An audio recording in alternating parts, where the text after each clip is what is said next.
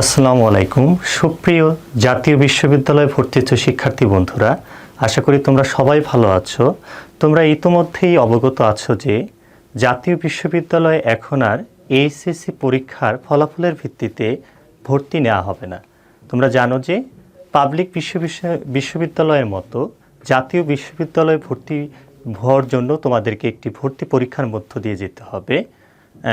সুতরাং তোমাদের ভর্তি পরীক্ষার ভালো করার মাধ্যমে একটি ভালো সাবজেক্টে পড়ার সুযোগ করে নেওয়ার জন্য তোমাদের বিশ্ববিদ্যালয় ভর্তি প্রস্তুতি খুবই শানিত হওয়া দরকার। তো তোমাদের সেই ভর্তি প্রস্তুতির তোমাদের পাশে থাকার জন্য আজকে প্যানাসিয়া পরিবারের পক্ষ থেকে প্যানাসিয়ার থেকে যেই ক্লাসগুলোর আয়োজন করা হয়েছে, সেখানে আমি তোমাদের বাংলা অংশের প্রস্তুতির জন্য কথা বলবো। আজকে আমরা মূলত যেটি নিয়ে কথা বলবো, আজকে আমরা কথা বলবো বাংলা সাহিত্য অংশের পদ্য, একটি কবিতা পড়ব। তোমাদের জন্য খুবই গুরুত্বপূর্ণ একটি কবিতা, সেটি হচ্ছে সোনার তরী কবিতা। রবীন্দ্রনাথ ঠাকুরের এই সুবিখ্যাত কবিতাটি যে কোনো ভর্তি পরীক্ষার জন্য অত্যন্ত গুরুত্বপূর্ণ। তো এই আমাদের পড়া শুরু করার আগে আমরা প্রথমেই এই সোনার তরী কবিতার কবি পরিচিতি অর্থাৎ এই রবীন্দ্রনাথ ঠাকুর সম্পর্কে একটু জেনে নেব। তো রবীন্দ্রনাথ ঠাকুর, তোমরা জানো যে রবীন্দ্রনাথ ঠাকুর একজন বিচিত্র প্রতিভাবান একজন মানুষ। তো অসামান্য কবি প্রতিভার অধিকারী বিশ্বকবি রবীন্দ্রনাথ ঠাকুর, এখানে বানানটি একটু ভুল এসেছে, এটা কিন্তু রবীন্দ্রনাথ ঠাকুর, ঠিক আছে? আচ্ছা, তো আধুনিক বাংলা কবিতার প্রাণপুরুষ রবীন্দ্রনাথ ঠাকুর। রবীন্দ্রনাথ ঠাকুরের জন্ম তোমরা জানো যে দুইটা কবির জন্ম এবং মৃত্যু সাল আমাদেরকে অবশ্যই জানতে হবে। একটা হচ্ছে কাজী নজরুল ইসলাম, আরেকটি হচ্ছে রবীন্দ্রনাথ ঠাকুর। তো রবীন্দ্রনাথ ঠাকুরের জন্ম 1861 খ্রিস্টাব্দের 7ই মে। কোথায় জন্মগ্রহণ করেন? ভারতের কলকাতায় রবীন্দ্রনাথ ঠাকুর জন্মগ্রহণ করেন, ঠিক আছে? আচ্ছা, আর রবীন্দ্রনাথ ঠাকুরের জন্মসালটা আমাদের ইংরেজির পাশাপাশি বাংলাতেও জানতে হবে। তো বাংলাতে রবীন্দ্রনাথ ঠাকুরের জন্মসাল কত? 1268 বঙ্গাব্দের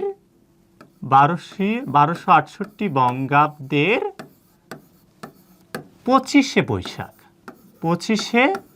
বৈশাখ। এই বাংলা সালটিও আমাদেরকে জানতে হবে।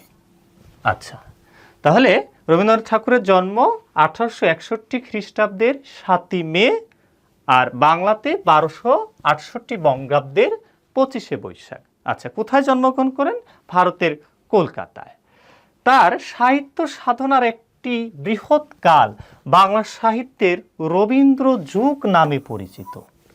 আচ্ছা, মানব ধর্মের জয় ও সৌন্দর্য তৃষ্ণা রোম্যান্টিক এই কবিতার মূল সুর। তাহলে যদি আমাদেরকে বলা হয়ে থাকে রবীন্দ্রনাথ ঠাকুরের কবিতার মূল সুর অথবা মূল বিষয়বস্তু কি, তাহলে আমরা কি উত্তর করব? মানব ধর্মের জয় এবং সৌন্দর্য তৃষ্ণা, ঠিক আছে? মানব ধর্মের জয় এবং সৌন্দর্য তৃষ্ণা। রবীন্দ্রনাথ ঠাকুরের বিভিন্ন কবিতায় আমরা এই প্রকৃতির প্রতি প্রেম, এই বিষয়টি আমরা পাব।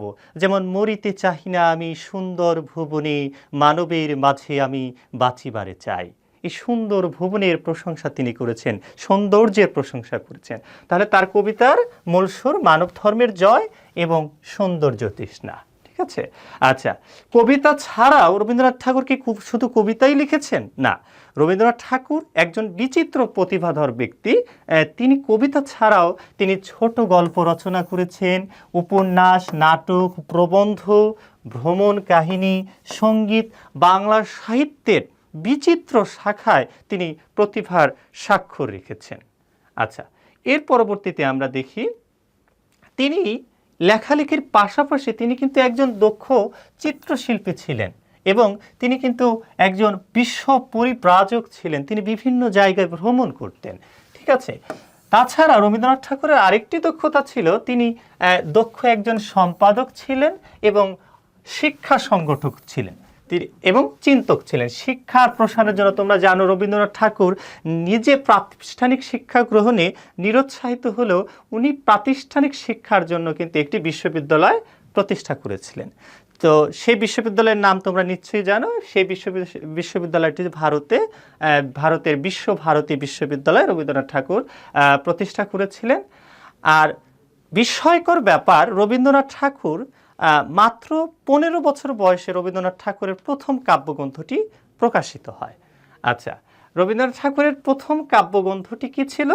এই মাত্র 15 বছর বয়সে, চিন্তা করা যায় 15 বছর বয়সে আমরা অনেকে ভালোভাবে অনেকে স্কুলে যেতে চাই না, স্কুলে যেতে চাই না, বিদ্যালয়ে যেতে চাই না, পড়াশোনা করতে চাই না।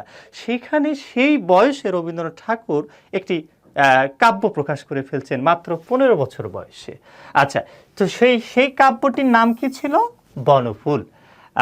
এর পরবর্তীতে দেখো গীতাঞ্জলি এবং অন্যান্য কাব্যের কবিতার সমন্বয়ে স্ব-অনুদিত সং অফারিংস গ্রন্থের জন্য তিনি এশীয়দের মধ্যে 1913 খ্রিস্টাব্দে প্রথম নোবেল পুরস্কার পান। এটি কিন্তু খুবই গুরুত্বপূর্ণ তথ্য। রবীন্দ্রনাথ ঠাকুর কত সালে নোবেল পুরস্কার পান? 1913 খ্রিস্টাব্দে নোবেল পুরস্কার পান। কোন গ্রন্থের জন্য? তিনি তার গীতাঞ্জলি কাব্যগ্রন্থ এবং অন্যান্য কাব্যগ্রন্থ থেকে কিছু কবিতা নিয়ে তিনি নিজে ওটা ইংরেজিতে অনুবাদ করেন। সেই অনুবাদ গ্রন্থের নাম ছিল সং অফারিংস। এই গ্রন্থের জন্য 1913 সালে রবীন্দ্রনাথ ঠাকুর নোবেল পুরস্কার পান। আচ্ছা, তো রবীন্দ্রনাথ ঠাকুর বাংলা ছোট গল্পের শ্রেষ্ঠ শিল্পী, বাংলা ছোট গল্পের জনক বলা হয়ে থাকে রবীন্দ্রনাথ ঠাকুরকে। আচ্ছা, রবীন্দ্রনাথ ঠাকুরের উল্লেখযোগ্য কিছু কাব্যগ্রন্থ যদি আমরা দেখি, মানসী, সোনার তরী, চিত্রা, খনিকা, বলাকা, পুনচ্ছ, জন্মদিনে, শেষ লেখা, এগুলো তার বিখ্যাত কাব্যগ্রন্থ। কাব্যগ্রন্থের পাশাপাশি রবীন্দ্রনাথ ঠাকুরের এই কাব্যনাট্য তিনি লিখেছেন, বিসর্জন এবং চিত্রাঙ্গতা। এই দুটা হচ্ছে রবীন্দ্রনাথ ঠাকুরের কাব্য নাট্য। ঠিক আছে। আর কাহিনী কবিতার সংকলন রয়েছে তার কথা, আরেকটি হচ্ছে কাহিনী। ঠিক আছে। এখন এই যে সুবিখ্যাত এই সাহিত্যিক, তার জীবনাবসান ঘটে কত সালে তিনি মৃত্যুবরণ করেন? রবীন্দ্রনাথ ঠাকুর 1941 সালের 7ই আগস্ট তিনি মৃত্যুবরণ করেন। এখন কথা হলো, আমরা আগেই বলেছি যে রবীন্দ্রনাথ ঠাকুরের জন্ম এবং মৃত্যু সাল ইংরেজির পাশাপাশি আমাদেরকে বাংলাতেও জানতে হবে। তো তার মৃত্যু সাল কত? মৃত্যু সাল হচ্ছে বাংলাতে 1348 বঙ্গাব্দের 1348 বঙ্গাব্দের 22শে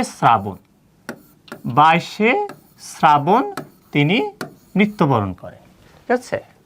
জন্ম হচ্ছে 1268 খ্রিস্টাব্দের 25শে বৈশাখ, আর মৃত্যু হচ্ছে 1348 বঙ্গাব্দের 22শে শ্রাবণ। আচ্ছা, আমরা কবি পরিচিতিটা প্রথমে দেখে নিলাম, আমরা এবার মূল কবিতাতে চলে যাচ্ছি। আচ্ছা, আমরা প্রত্যেকটা লাইন বাই লাইন পড়ব, যেন আমাদেরকে যেভাবেই প্রশ্ন করা হোক না কেন আমরা সেটা উত্তর করতে পারি।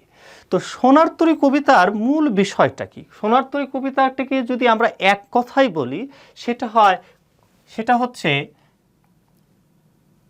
কর্মময় জীবনের বন্দনা।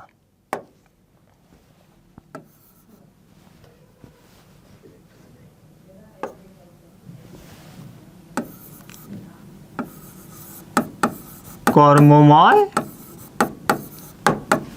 জীবনের বন্দনা, এটা হচ্ছে আমরা এক কথায় সোনার তরী কবিতাটিকে বলতে পারি। আচ্ছা, কর্মময় জীবনের বন্দনা। তো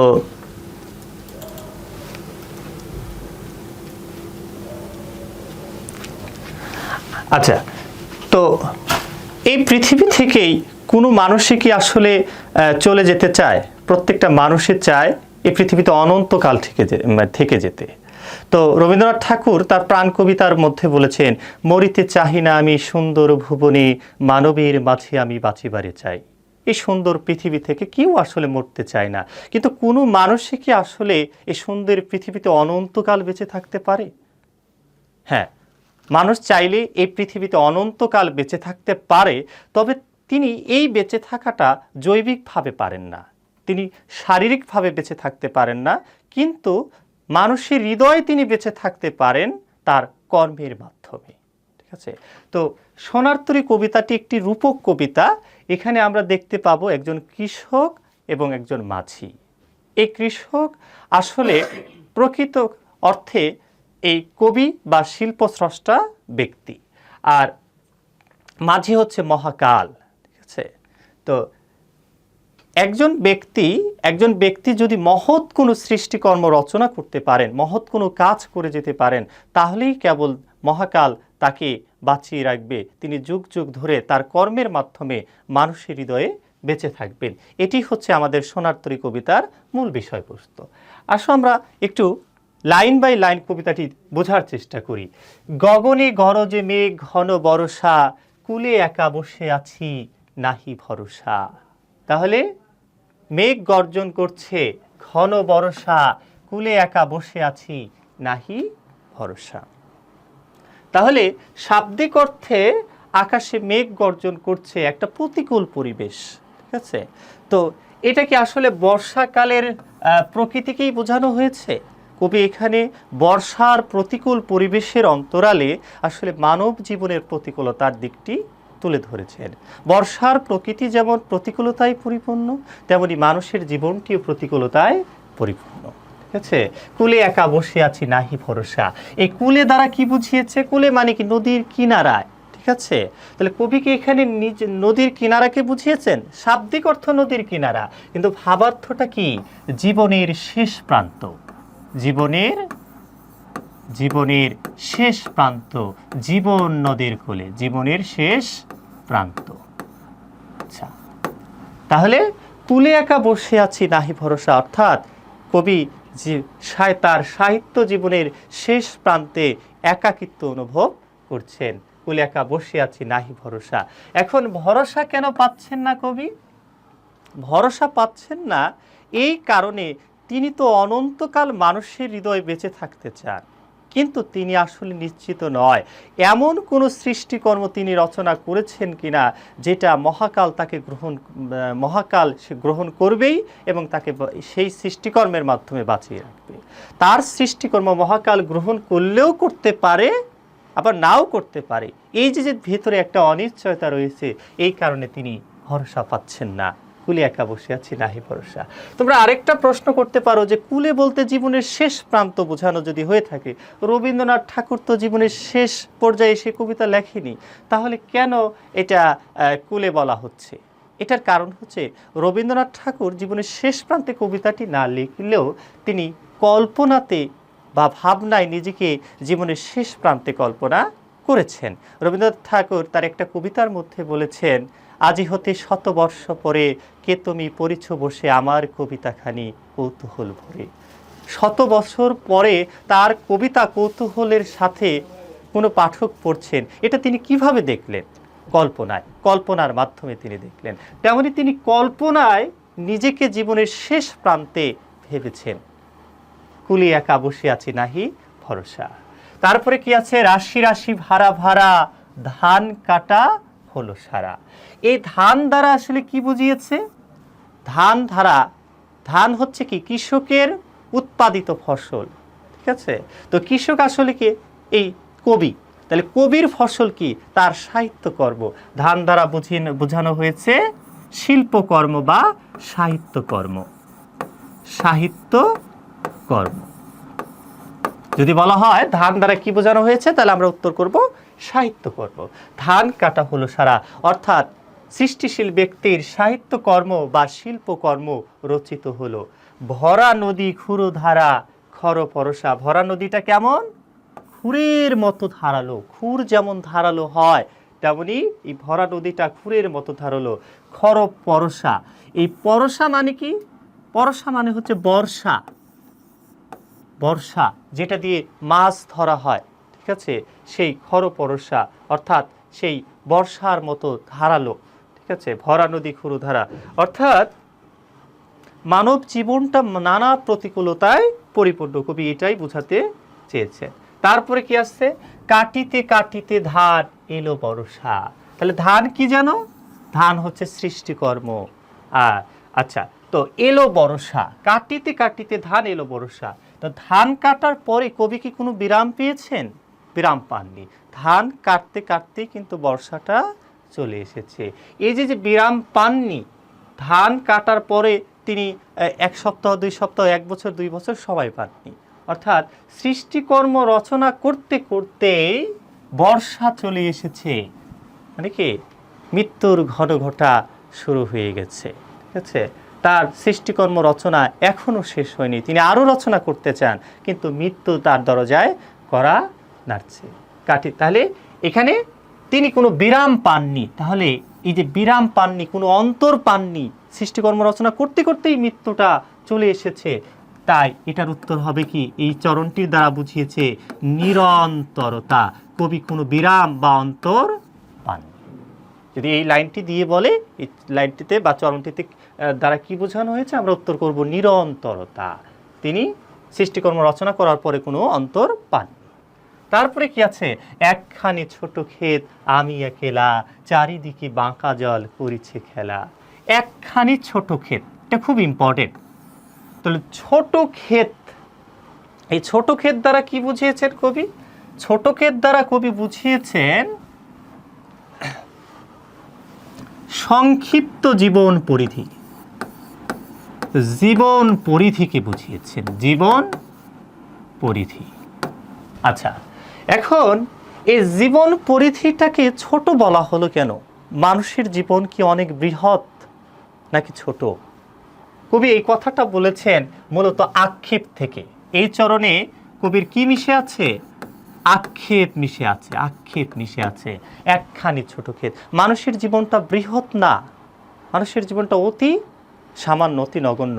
জীবনানন্দ দাশ তার বনলতা সেন কবিতার মধ্যে বলছেন, চারিদিকে জীবনের সমুদ্র সাফেন, আমারে দুদণ্ড শান্তি দিয়েছিল নাটুরির বনলতা সেন। তাহলে জীবনকে জীবনানন্দ দাশ সফেনের সাথে তুলনা করেছেন। সফেন হচ্ছে সমুদ্রের ঢেউ ঢেউ আঘাত লেগে যেই ফেনা উঠে, সেই ফেনাটা হচ্ছে সফেন। ওই ফেনাটা যতটা ক্ষণস্থায়ী, মানুষের জীবনটাও যেন ততটাই ক্ষণস্থায়ী। তাহলে জীবনটা কি অনেক বেশি ছোট। একখানি ছোট ক্ষেত আমি একেলা। আচ্ছা, তারপরে কি বলছেন? তাহলে ছোট ক্ষেত দ্বারা বোঝানো হয়েছে সংক্ষিপ্ত জীবন পরিধি, চারিদিকে বাঁকা জল করেছে খেলা। আর একেলা বলা হচ্ছে কেন? সৃষ্টিশীল ব্যক্তি, তার কি বাবা মা পরিবার ভাই বোন পরিজন নেই? আছে, কিন্তু তিনি একেলা কোথায়? তার সৃষ্টিশীলতার জগতে। তার সৃষ্টিশীলতার জগতে কিন্তু তিনি একা, সেখানে তাকে কেউ সঙ্গ দেয় না। ঠিক আছে, আল মাহমুদ তার একটা কবিতাতে বলছেন, যখনই উজ্জ্বল হয় আমার এই চেতনার মণি, মনে হয় ছিঁড়ে যাবে কেটে যাবে সমস্ত বাঁধনি, সংসার সমাজ ধর্ম তুচ্ছ হয়ে যাবে লোকালয়। তাহলে দেখো, কবির চেতনার মণি যখন উজ্জ্বল হচ্ছে, তখন তার কাছে সংসার সমাজ ধর্ম সব কিছু তুচ্ছ হয়ে যাচ্ছে। তখন সে সংসারের মধ্যে সমাজের মধ্যে থাকছে না, একা নির্জনে নিভৃতে হারিয়ে যাচ্ছেন তার সৃষ্টিশীলতার জগতে। তাহলে প্রত্যেকটি সৃষ্টিশীল ব্যক্তি একা এবং নিঃসঙ্গ কোথায়? তার সৃষ্টিশীলতার জগতে, তার চিন্তার জগতে, তার ভাবনার জগতে। তাই কবি বলেছেন আমি একেলা। তাহলে আপন কর্মভুবনে শিল্পস্রষ্টা ব্যক্তি একা এবং নিঃসঙ্গ, তাই বলা হচ্ছে একখানি ছোট ক্ষেত আমি একেলা। তারপরে কি আছে? চারিদিকে বাঁকা জল করেছে খেলা। তাহলে একটা ক্ষেত, এটা ধরলাম আমরা একটা ক্ষেত, এই ক্ষেতের চারদিকে কি রয়েছে? বাঁকা জল রয়েছে। তাহলে চারদিকে যার জল রয়েছে, চারিদিকে বাঁকা জল করেছে খেলা। তাহলে একটা ক্ষেতের চারদিকে বাঁকা জল। আচ্ছা, চারদিকে চতুর্দিকে জল থাকে, তাকে কি বলা হয়? তাকে বলা হয় দ্বীপ। দ্বীপের চারদিকে হচ্ছে জল থাকে। ঠিক ঠিক আছে? তাহলে ক্ষেতের চারদিকে যেহেতু জল আছে, এই ক্ষেতটাকে আমরা কি বলতে পারি? এই ক্ষেতটাকে আমরা বলতে পারি একটা দ্বীপ। তাহলে যদি বলে কৃষকের ক্ষেতটুকু কিসের মতো, কিসের সদৃশ, আমরা উত্তর করব দ্বীপের সদৃশ। কারণ ক্ষেতটার চারদিকে কি ছিল? বাঁকা জল ছিল। এখন কথা হলো, বাঁকা জল দ্বারা কি বোঝানো হয়েছে? ছোট ক্ষেত তো আমাদের জীবন পরিধি, ঠিক আছে? তো জল যেমন একটা একটা চারদিকের জল যেমন একটা দ্বীপকে ঘিরে রাখে, তেমনি আমাদের জীবনকে এইভাবে ঘিরে রেখেছে কে? এই বাঁকা জল দ্বারা আসলে বোঝানো হয়েছে আমাদের মহাকালকে, অনন্ত কালস্রোত, অনন্ত কালস্রোত।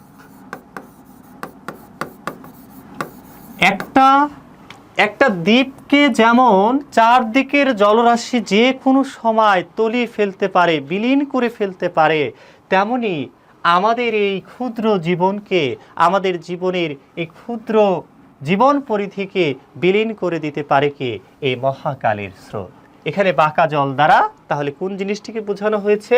অনন্ত কালস্রোতকে বোঝানো হয়েছে।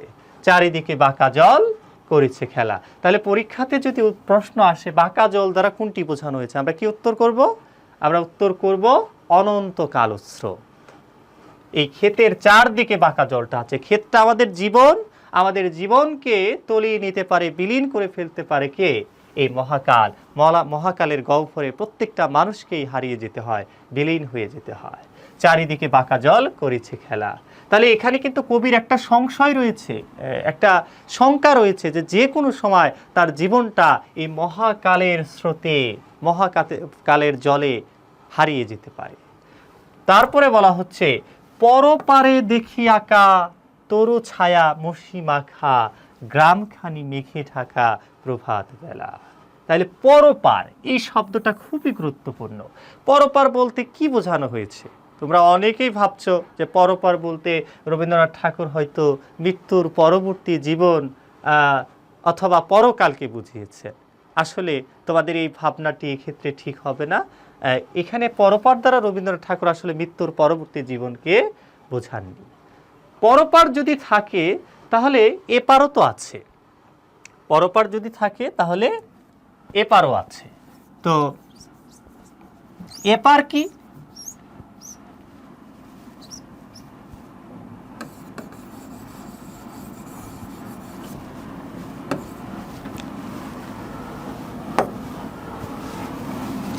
এপার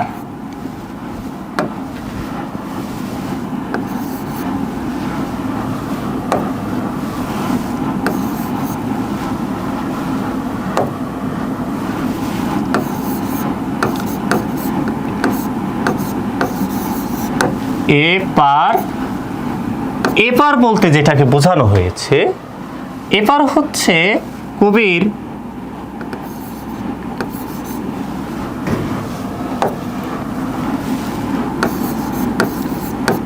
বর্তমান সাহিত্য জীবন।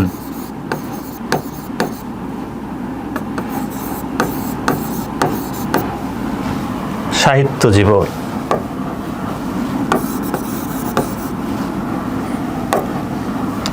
আর পরপার দ্বারা বুঝিয়েছেন কবি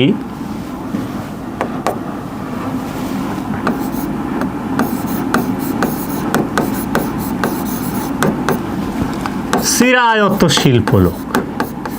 চিরায়ত শিল্পলোক। আচ্ছা, তো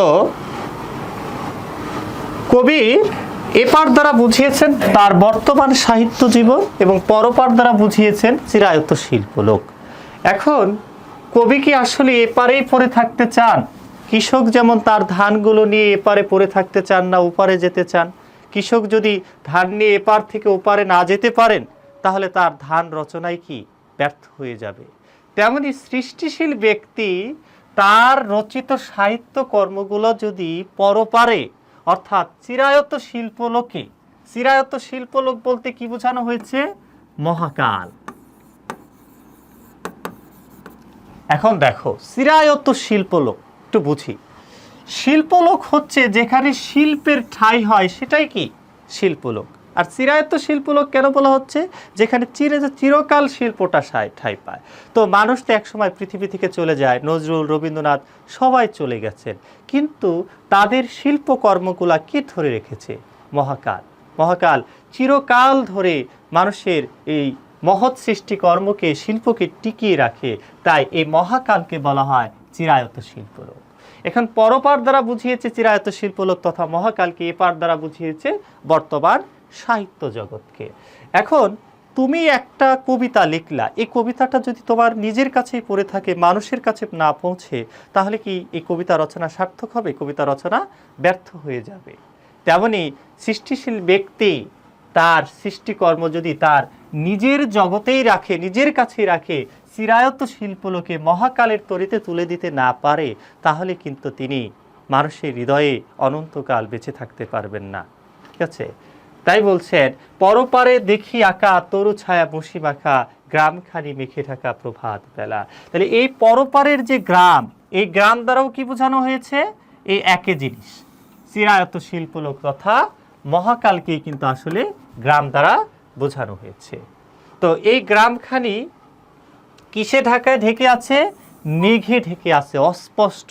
এই মেঘে ঢেকে আছে, অর্থাৎ গ্রামটা অস্পষ্ট। গাছের ছায়ায় পরপারটা যেন অস্পষ্ট হয়ে আছে।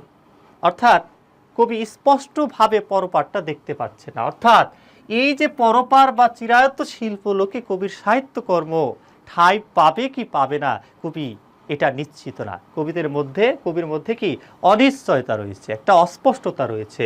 তাই তিনি বলছেন গ্রামটা মেঘে ঢাকা। কখন? প্রভাত বেলা। দেখো, এই যে বর্ষাকাল, তারপরে বৃষ্টি হচ্ছে, আমাদের মনে হবে যে এটা হচ্ছে বিকালবেলার ঘটনা, কারণ বৃষ্টি সাধারণত বিকালের দিকে আসে। কিন্তু এটা কি বিকালবেলার ঘটনা? সোনারতরী কবিতায় এই কৃষক এবং মাঝির মধ্যে যে কথোপকথন এবং যে ঘটনা, সেটি কিন্তু সকালবেলা, বলা হচ্ছে প্রভাত বেলা। তাহলে এই প্রভাত বেলা দ্বারা কি বোঝানো হয়েছে? প্রভাত বেলা দ্বারা বোঝানো হয়েছে সাহিত্য জীবনের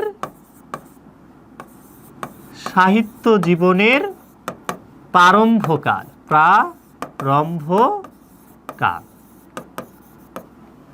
সাহিত্য জীবনের প্রারম্ভকাল। এখন কথা হলো, রবীন্দ্রনাথ ঠাকুর কি তার সাহিত্য জীবনের শুরুতে এই কবিতা লিখেছেন যে গ্রামখানি মেঘে ঢাকা প্রভাত বেলা? তিনি বললেন, প্রভাত বেলা না বলে দুপুরবেলা, রাতের বেলা তো বলতে পারতেন। তো প্রভাত বেলা, প্রভাত শব্দটা সাহিত্যে বোঝায় সূচনা। তাহলে সাহিত্য জীবনের সূচনাতে কি তিনি এই কবিতা লিখেছেন? লেখেননি। তিনি জীবনের মাঝামাঝি এসে এই কবিতা লিখলেন। কিন্তু প্রভাত বেলা কেন বললেন? একজন সৃষ্টিশীল ব্যক্তি তিনি যতই সৃষ্টি করুক না কেন, রবীন্দ্রনাথ ঠাকুরকে যদি আরও 1000 বছর আয়ু দেওয়া হতো, 1000 বছর পরেও যদি তাকে বলা হতো, আজরাইল এসে যদি তাকে বলে, এই রবিবাবু অনেক লেখালেখি করেছেন, এবার চলেন যাই, রবীন্দ্রনাথ ঠাকুরকে যেতে যাবে না। কোনো সৃষ্টিশীল ব্যক্তির মনে হয় না যে তিনি অনেক কাল সৃষ্টি করেছেন, অনেক কিছু রচনা করেছেন, 1000 বছর পরে গিয়েও তার মনে হবে তার সাহিত্য জীবনটা যেন মাত্রই শুরু হয়েছে। তাই অনেক সাহিত্যকর্ম রচনা করলেও তার সাহিত্য জীবনের একটা পর্যায়ে এসে তার মনে হচ্ছে তার সাহিত্য জীবনটা যেন মাত্রই শুরু হয়েছে। কিন্তু এই সাহিত্য জীবনের প্রারম্ভকালেই, শুরুতেই মৃত্যুর আশঙ্কায় তিনি শঙ্কিত হয়ে পড়েছেন। গ্রামখানি মেঘে ঢাকা প্রভাত বেলা। তারপরে কি আছে? এপারেতে ছোট ক্ষেত আমি একেলা। প্রতিটি সৃষ্টিশীল মানুষই একা। তারপরে বলা হচ্ছে গান গেয়ে তরিবে কি আসে পারে, দেখে যেন মনে হয় চিনি উহারে। আচ্ছা, তাহলে একজন মাঝি আসছেন, কৃষক ধান নিয়ে বসে আছেন। একজন মাঝি আসছেন, কিভাবে মাঝি আসছেন? গান গেয়ে তরিবে কি আসে পারে, দেখে যেন মনে হয় চিনি উহারে। আচ্ছা, তাহলে মাঝিকে কি কৃষকের একদম মানে তিনি নিশ্চিতভাবে কিন্তু কৃষককে তিনি চেনে, মাঝিকে কিন্তু কৃষক চেনেন না। চেনা লাগে তবু অচেনা, ব্যাপারটা হচ্ছে এরকমের। দেখে যেন মনে হয় মানে কি? তিনি শিওর না, তিনি নিশ্চিত না যে ওই মাঝিকে তিনি চিনেনি। নিশ্চিত না হলেও তার ভিতরে কি একটা আশা আছে যে চেনা লাগে, আমার ধান বা আমার সৃষ্টিকর্ম এই মাঝি তুলে নিলে নিতেও পারে, দেখে যেন মনে হয় চিনি উহারে। তারপরে বলা হচ্ছে ভরা পালে চলে যায় কোনো দিকে নাহি চায়। তাহলে ওই মাঝি কিভাবে যায়? ভরা পালে চলে যায়, কোনো দিকে নাহি চায়। এখন কথা হচ্ছে এই মাঝি কোনো দিকে চাচ্ছে না কেন? মাঝি কিসের প্রতীক বলেছিলাম? মাঝি হচ্ছে মহাকালের প্রতীক। কবি মাঝি কথাটা দ্বারা মহাকালকে বুঝিয়েছেন। এখন মানুষের প্রতি আগ্রহ আছে, মানুষের প্রতি আসক্তি আছে, কিন্তু মহাকালের কি কারো প্রতি কোনো আসক্তি আগ্রহ আছে? মহাকালের কিন্তু নেই। এই কারণে মহাকাল কিন্তু কারো দিকে চায় না। ঠিক আছে, তাহলে এটির দ্বারা বোঝানো হয়েছে কি কোনো দিকে নাহি চায়। এটা হচ্ছে মহাকালের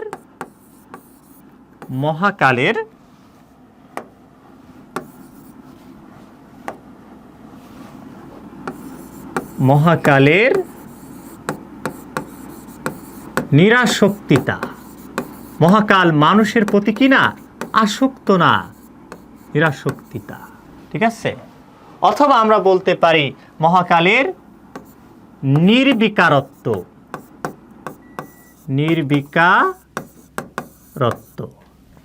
অথবা আমরা বলতে পারি মহাকালের নির্লিপ্ততা। এই চরণটি দিয়ে যদি আমাদের বলে এটি দ্বারা কি বোঝানো হয়েছে, মাঝির কোন বৈশিষ্ট্য ফুটে উঠেছে, তাহলে আমরা বলবো এখানে মাঝির মানুষের প্রতি নিরাসক্তিতা, নির্বিকারত্ব অথবা নির্লিপ্ততা প্রকাশ পেয়েছে। মানুষের প্রতি তার কোনো আগ্রহ নেই। এই মহাকালরূপী মাঝির আগ্রহ কার প্রতি? কিসের প্রতি? মানুষের মহৎ সৃষ্টিকর্মের প্রতি। ঢেউগুলো নিরুপায় ভাঙে দোধারে। এখন এই ঢেউ দ্বারা কি বোঝানো হয়েছে? ঢেউগুলো নিরুপায়। তাহলে ঢেউ দ্বারা কি বোঝানো হয়েছে? ঢেউ নিরুপায়, ভাঙে দুধারে। এই ঢেউ দ্বারা বোঝানো হয়েছে হচ্ছে মানুষের জীবনায়ু। ঠিক আছে, মানুষের সময়কে।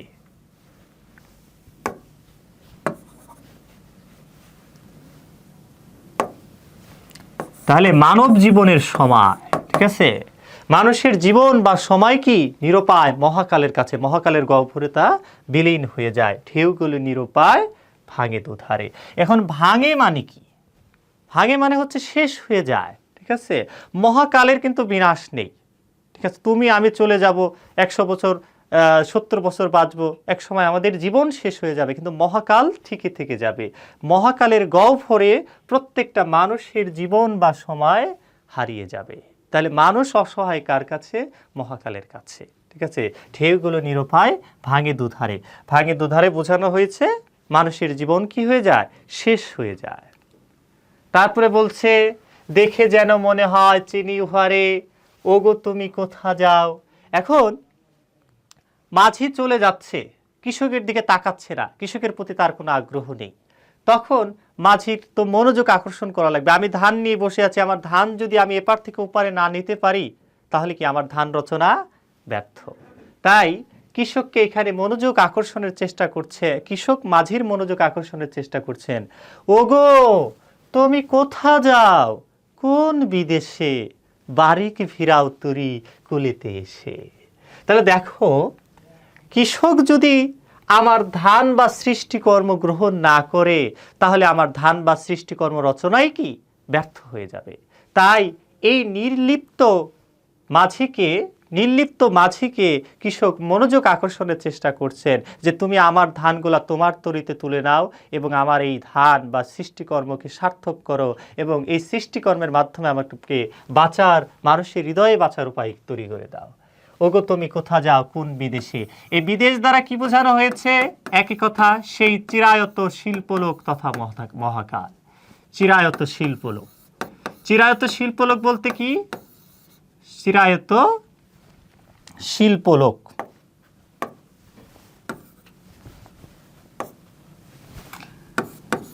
চিরায়ত শিল্পলোক তথা মহাকাল। ঠিক আছে, চিরায়ত শিল্পলোক তথা মহাকাল। ঠিক আছে, আচ্ছা, তো ওগো তুমি কোথা যাও, কোন বিদেশে। বিদেশ দ্বারা বোঝানো হয়েছে চিরায়ত শিল্পলোক তথা মহাকাল।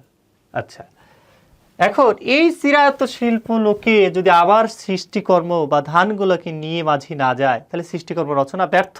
আর সৃষ্টিকর্ম রচনা না নিয়ে গেলে আমিও মানুষের হৃদয়ে বেঁচে থাকতে পারবো না।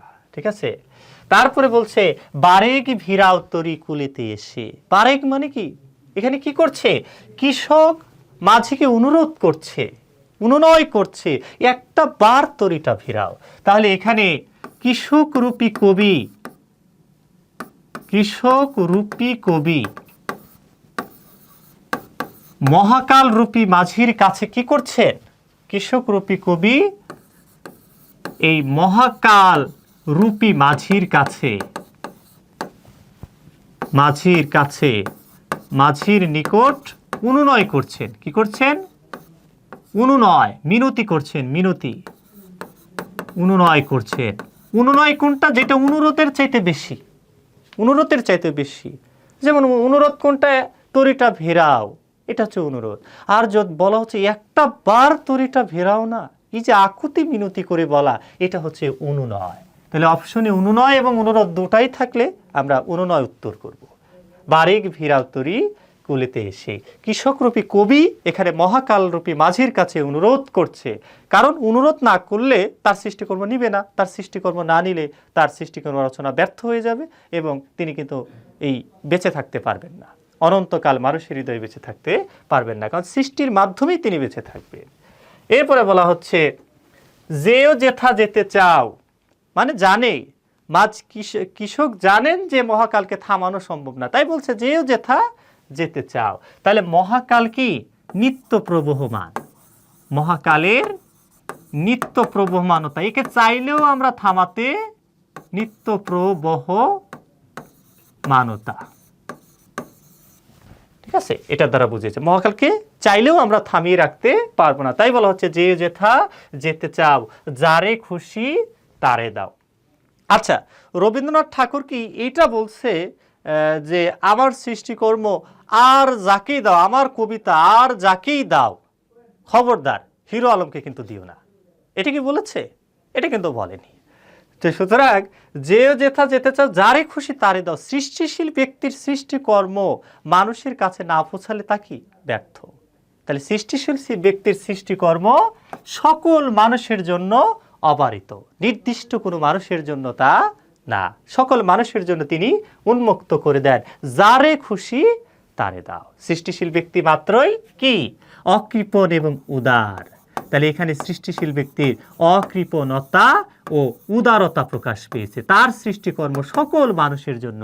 কারণ নিজের কাছে থাকলে তো তিনি কি অমরত্ব লাভ করতে পারবেন না, মানুষের কাছে পৌঁছালেই কি তার সাহিত্য কর্ম রচনা সার্থক হবে। তাই বলা হচ্ছে তা যারে খুশি তারে দাও, শুধু তুমি নিয়ে যাও ক্ষণিক হেসে।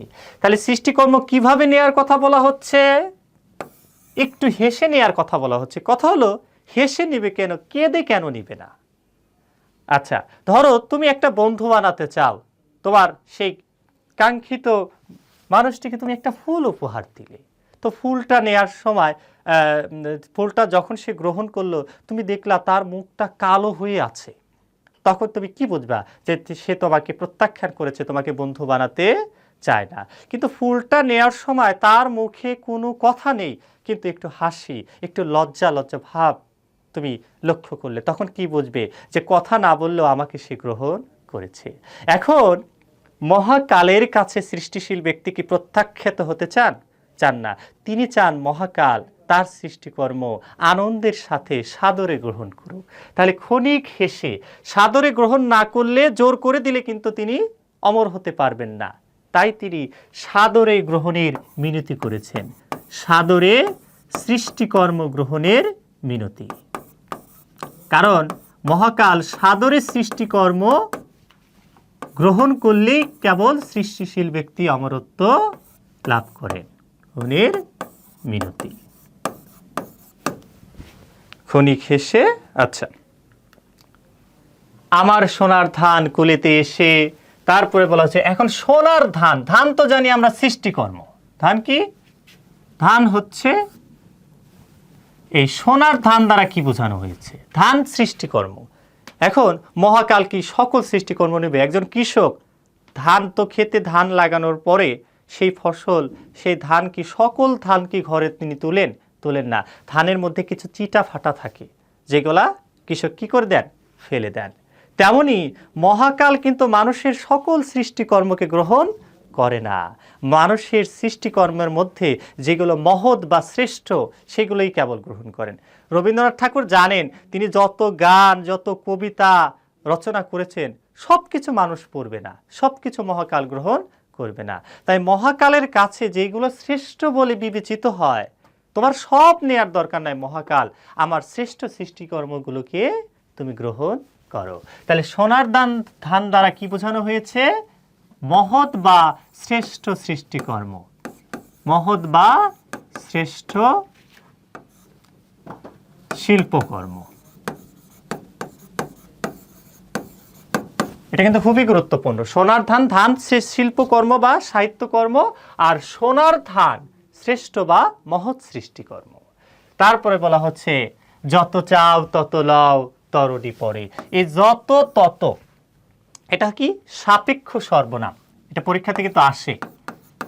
সাপেক্ষ সর্বনাম, দুইটা সর্বনাম যদি একটা আরেকটার উপরে নির্ভরশীল হয় এবং জোড়ায় জোড়ায় থাকবে, যত তত, যে সে, যারা তারা, এগুলোকে বলা হয় সাপেক্ষ সর্বনাম।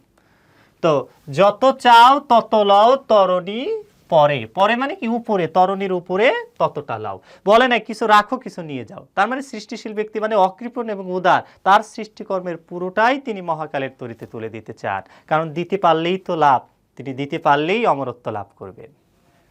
যত চাও তত লাও তরণি পরে, আর আছে, এই কথাটা এখানে একটা প্রশ্নবোধক চিহ্ন হবে, কিন্তু মূল কবিতাতে রবীন্দ্রনাথ ঠাকুর দিয়েছিলেন, কিন্তু আমাদের পাঠ্য বই দেয়া নাই। আর আছে, তাহলে এই প্রশ্নটা কে করবে? এই প্রশ্নটা যিনি দিচ্ছেন তিনি কিন্তু করবেন না, যিনি নিচ্ছেন কে? কৃষক নাকি মাঝি? মাঝি নিচ্ছেন। মাঝি প্রশ্ন করেছেন কৃষককে, আর আছে। তাহলে এটা কার কথা? এই পুরো কবিতার মধ্যে একটা কথা শুধু হচ্ছে মাঝির, একটা কথা। এই পুরো কবিতার মধ্যে একটা কথাই মাঝির, সেটা কি? আর আছে। এটা কার কথা? মাঝির কথা। তখন কৃষক উত্তর দিয়েছে, আর নাই দিয়েছি ভরে, সব দিয়ে দিয়েছে। এতকাল নদী কূলে জাহালয়ে ছিনু ভুলে, সকলই দিলাম তলে থরে বিথরে। কবি কি সকলই থরে বিথরে মানে কি? স্তরে স্তরে সাজিয়ে দিয়েছেন। এখন স্তরে স্তরে সাজিয়ে বা বিন্যস্ত করে। এখন রবীন্দ্রনাথ ঠাকুর কি রাগ করে দিয়েছেন যে নে মহাকাল আমার সব সৃষ্টিকর্ম নিয়ে চলে যা? রাগ করে কিন্তু দেননি। রবীন্দ্রনাথ ঠাকুর খুশি মনে দিয়েছেন। কারণ খুশি মনে যদি দেয়, স্তরে স্তরে সাজিয়ে দেয়, তাহলেই অমরত্ব লাভ করতে পারবেন। ঠিক আছে? আচ্ছা, তারপরে কি আছে? থরে বিথরে এখন আমারে লহ করুণা করে। দেখো, মানুষের চাওয়ার কোনো শেষ নাই। এতক্ষণ তার সৃষ্টিকর্ম নিতে বলছে, এখন মহাকাল তার সৃষ্টিকর্মকে যখন গ্রহণ করলো, এখন বলতেছে এখন আমারে লহ করুণা করে। তাহলে দুইটা চাওয়া তার। প্রথম চাওয়া তার সৃষ্টিকর্মকে গ্রহণ করুক, যখন সৃষ্টিকর্মটা গ্রহণ করেছে তখন বলতেছে আমাকে গ্রহণ করো, এখন আমারে লহ করুণা করি। তাহলে কোনো মানুষ যতই জানুক তার সৃষ্টিকর্মের মাধ্যমে তিনি বেঁচে থাকবেন, তারপরে কি এই পৃথিবী থেকে তিনি চলে যেতে চাবেন? চাবেন না। প্রত্যেকটি মানুষই চায় তার শারীরিক অস্তিত্ব বা জৈবিক অস্তিত্বকে টিকিয়ে রাখতে, কিন্তু সেটা কি টিকিয়ে রাখা সম্ভব? ব্যক্তির এই শারীরিক অস্তিত্ব বা জৈবিক অস্তিত্বকে মহাকালের শিকার হতেই হয়। দেখো, এখন আমারে লহ করুণা করি। তারপরে বলা হচ্ছে ঠাই নাই ছোট সে তরি। এটা কার কথা? তোমরা অনেকেই উত্তর করবে এটা হচ্ছে কৃষকের, মাঝির কথা। কিন্তু মাঝি কিন্তু এই কথাটা বলে নাই। কারণ মাঝি যদি বলতো, মাঝি তো কি নৌকার মধ্যে, তরির মধ্যে বসা, তাহলে মাঝি কি ছোট সে তরি বলবে নাকি মাঝি বলবে ছোট এ তরি? তুমি নৌকার মধ্যে বসে আসো, তাহলে তুমি কি বলবা ছোট সে তরি নাকি বলবা এ তরি? মাঝির কথা যদি হতো তাহলে মাঝি কিন্তু সে তরি বলতো না। এটা কৃষকই বলছে, ঠাই নাই ছোট সে তরি। এই কথাটি কার? অবশ্যই কৃষকের। আচ্ছা, এই দেখো আমারই সোনার ধানে গিয়েছে ভরি। তাহলে ছোট সে তরি আমারই ধানে গিয়েছে ভরি, তার মানে এটা হচ্ছে কার কথা? কৃষকের কথা। তারপরে বলছে শ্রাবণ গগন ঘিরে। তাহলে এই সোনার তরী কবিতায় কোন মাসের উল্লেখ আছে? শ্রাবণ মাসের উল্লেখ আছে, গুরুত্বপূর্ণ। শ্রাবণ গগন ঘিরে ঘন মেঘ ঘুরে ফিরে। এই ঘন মেঘ দ্বারা কি বোঝানো হয়েছে? মেঘটা কেমন? ঘন।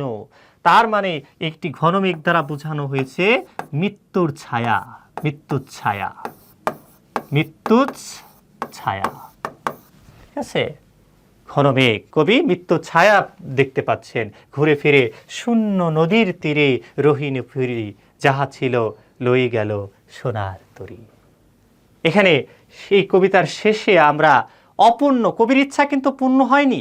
কবির দুইটা ইচ্ছা ছিল, একটা তার সৃষ্টিকর্মকে গ্রহণ করবে, আরেকটা হচ্ছে তাকেও গ্রহণ করবে। কিন্তু মহাকাল তার সৃষ্টিকর্মকে গ্রহণ করলেও তার তার শারীরিক অস্তিত্ব বা জৈবিক অস্তিত্বকে গ্রহণ করেনি। এই যে তার যে অপূর্ণতা থেকে গেল, ইচ্ছা বা বাসনার অপূর্ণতা, সেই অপূর্ণতার বেদনা নিয়ে তিনি কি শূন্য নদীর তীরে, তার মানে কবির নিঃসঙ্গতা বোঝানো হয়েছে। তার একমাত্র সঙ্গে ছিল কি? তার সৃষ্টিকর্ম। সেই সৃষ্টিকর্মকে মহাকালের তরিতে তুলে দিয়ে তিনি আজকে একা নিঃসঙ্গ। এই একা নিঃসঙ্গ অবস্থায় সেই কবি কার জন্য অপেক্ষা করছেন? ওই যে অনিবার্য মৃত্যু, সেই মৃত্যুর জন্য তিনি অপেক্ষা করছেন। রহিনুপুরী যাহা ছিল লয়ে গেল সোনার তরী। তো আমাদের এটা ছিল আমাদের মূল কবিতা। আর হচ্ছে এই মূল ভাবটা তোমরা অবশ্যই ভালোভাবে একটু দেখে নিবে। এই সোনার তরী কবিতা তোমরা জানো যে বাংলা সাহিত্যের একটি শ্রেষ্ঠ কবিতা। বিভিন্ন যুগে বিভিন্ন কালে এটা নানাভাবে ব্যাখ্যা হয়েছে। কবিতার বিভিন্ন কালের বিভিন্ন ধরনের ব্যাখ্যা হতে পারে একই কবিতার। ঠিক আছে, সুনির্দিষ্ট কোনো ব্যাখ্যার দ্বারা কবিতাকে আসলে থামিয়ে মানে আটকে রাখা যায় না। তো সোনার তরী কবিতাটা আসলে সোনার তরী কাব্যগ্রন্থ থেকে নেওয়া হয়েছে। তারপরে আমরা আরেকটু দেখি। তো এটা তো আমরা পড়লাম, এটা আমরা একদম পাঠ পড়ার সময় প্রতিটা লাইনে ভালোভাবে পড়েছি। তোমরা এইটা একটু দেখে নিবে পাঠ পরিচিতিটা। এবং এই সোনার তরী কবিতার আরেকটা গুরুত্বপূর্ণ তথ্য তোমরা দেখবে, সেটা হচ্ছে এই সোনার তরী কবিতাটা কোন ছন্দে রচিত। সোনার তরী কবিতাটা হচ্ছে মাত্রাবৃত্ত ছন্দে রচিত, মাত্রাবৃত্ত ছন্দ। এবং সোনার তরী কবিতার অধিকাংশ লাইন হচ্ছে 8+5 মাত্রার পূর্ণ পর্বে বিন্যস্ত। 8+5 মাত্রার পূর্ণ পর্বে, এই দুইটা তথ্য আমরা মনে রাখবো। বোঝার দরকার নাই অত। তুমি কি কবি হবা? তুমি চাও বিশ্ববিদ্যালয়ে পরীক্ষা দিয়ে একটা ভালো সাবজেক্টে পড়াশোনা করতে, সুতরাং তোমার সব বোঝার দরকার নেই। তুমি মুখস্থ করে ফেলো যে সোনার তরী কবিতাটা কোন ছন্দে রচিত, মাত্রাবৃত্ত ছন্দে রচিত। এবং অধিকাংশ লাইনের মাত্রা বিন্যাস কিরকমের? 8+5 মাত্রার, 8+5 মাত্রার পূর্ণ পর্বে বিন্যস্ত। ঠিক আছে, তো এই ছিল আমাদের সোনার তরী কবিতার বিষয়বস্তু। আশা করি তোমরা সবাই ভালোভাবে বুঝতে পেরেছ। তোমাদের সাথে আবারও দেখা হবে বাংলার নতুন কোনো বিষয় নিয়ে, নতুন কোনো গদ্য বা পদ্য নিয়ে। সে পর্যন্ত তোমরা সবাই ভালো থাকো, সুস্থ থাকো। তোমাদের সবার সুস্বাস্থ্য কামনা করি এখানে শেষ করছি। আসসালামু আলাইকুম।